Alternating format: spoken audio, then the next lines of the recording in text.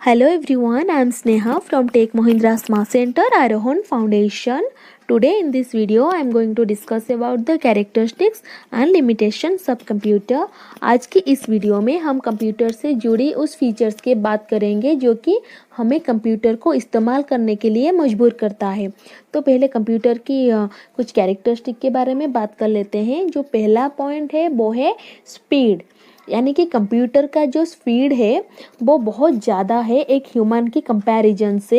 एक इंसान के लिए कंप्यूटर की स्पीड को मैच कर पाना इम्पॉसिबल है, क्योंकि कंप्यूटर जो है वो बहुत ज़्यादा उसका जो कैलकुलेशन, उसका जो प्रोसेसिंग है वो बहुत फास्ट है।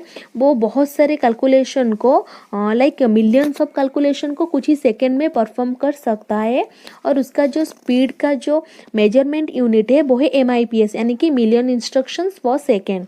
जो सेकेंड पॉइंट है वो है रिलायबिलिटी, यानी कि भरोसा योग्य। कंप्यूटर बहुत ही ज़्यादा रिलायबल मशीन है, क्योंकि एक कंप्यूटर है जो कि कंसिस्टेंटली कोई भी परफॉर्मेंस कर सकता है without any demand and without any failure, और वो भी एक्यूरेट डाटा प्रोवाइड करके सेम स्पीड के साथ, जो कि एक इंसान के लिए इम्पॉसिबल है। तो जो थर्ड पॉइंट है वो है एक्यूरेसी। कंप्यूटर का जो डिग्री ऑफ एक्यूरेसी है वो बहुत ज़्यादा हाई है, और ये हर कैलकुलेशन का जो रिजल्ट होता है वो एक ही तरह की सेम एक्यूरेसी के साथ ही आता है।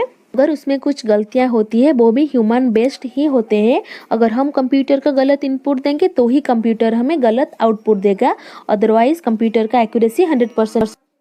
उसका बाद जो पॉइंट है वो है डिलीजेंस, यानी कि हार्डवर्क और परिश्रम जिसे हम कहते हैं। कंप्यूटर हर तरह की dullness, tightness and lack of concentration से फ्री होता है। वो कोई भी काम रिपीटेडली कर सकता है, और वो सेम काम को भी रिपीटेडली कर सकता है विदाउट एनी एरर, जो कि एक ह्यूमन के लिए इम्पॉसिबल है। हम थक जाते हैं। उसका बाद जो पॉइंट है वो है मेमोरी, यानी कि स्टोरेज कैपेसिटी, जो कि कंप्यूटर में बहुत ही ज़्यादा है। हम एक साथ चाहे 100 या 150 लोगों के नाम ही याद रखना भी हमारे लिए मुश्किल है, लेकिन कंप्यूटर बहुत ज़्यादा, बहुत ही लार्ज अमाउंट ऑफ डाटा को अपने अंदर स्टोर करके रख सकता है, और उसे डिलीट भी नहीं करता है। जब तक हम उसे खुद डिलीट ना करें तब तक वो कंप्यूटर में स्टोर होके रह सकते हैं।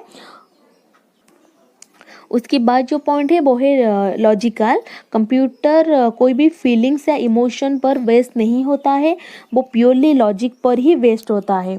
अगर एक लॉजिक है या फिर एक क्राइटेरिया है, कंडीशन है कि 30% रखने के बाद ही एक स्टूडेंट पास होगा, अगर उस स्टूडेंट ने 29% रखा है तो भी कंप्यूटर उसे फेल कर देगा।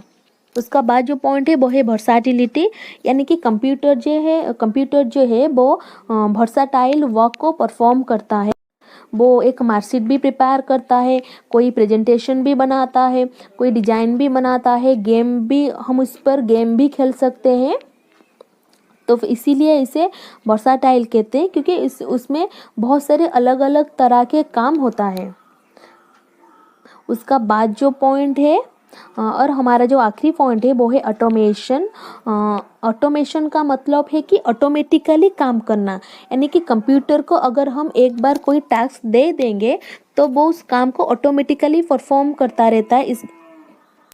ऐसा नहीं है कि उसी काम के लिए हम उसे बार बार इंस्ट्रक्शन देते हैं, जो कि एक इंसान कभी कभी भूल जाते हैं, लेकिन कंप्यूटर को एक बार दे दिया तो उस काम को वो ख़त्म करने तक काम। अब हम कंप्यूटर से जुड़ी कुछ लिमिटेशंस के बारे में बात करते हैं। तो जो पहला पॉइंट है वो है फीलिंग्स, यानी कि कंप्यूटर का अपना कोई फीलिंग्स नहीं है, वो प्योरली लॉजिक पर ही बेस्ड होता है, और कोई सॉफ्टवेयर या फिर इंस्ट्रक्शन के बिना कंप्यूटर एक डेड मशीन है। और उसमें कोई बुद्धि, जिसे हम बुद्धि कहते हैं, दिमाग नहीं है कंप्यूटर का। कंप्यूटर अपने आप कोई भी डिसीजन नहीं ले सकता, या फिर ये भी डिसाइड नहीं कर सकता है कि उसे कौन सी टास्क करना है या नहीं करना है। वो प्योरली इंस्ट्रक्शन पर ही बेस्ड होता है। और अब ये जो पॉइंट है वो है थिंकिंग कैपेसिटी। जैसे कि मैंने बताया, कंप्यूटर अपने आप कुछ भी नहीं सोच सकता, और जो लास्ट पॉइंट है वो है फीलिंग एम्प्टी, या फिर इसे हम कह सकते हैं नो फीलिंग। कंप्यूटर में कोई इमोशन, कोई फीलिंग की जगह नहीं होती है, वो प्योरली लॉजिक पर ही बेस्ड होता है, वो प्योरली प्रैक्टिकल होता है, उसमें कोई फीलिंग्स नहीं है। And thank you so much for watching this video.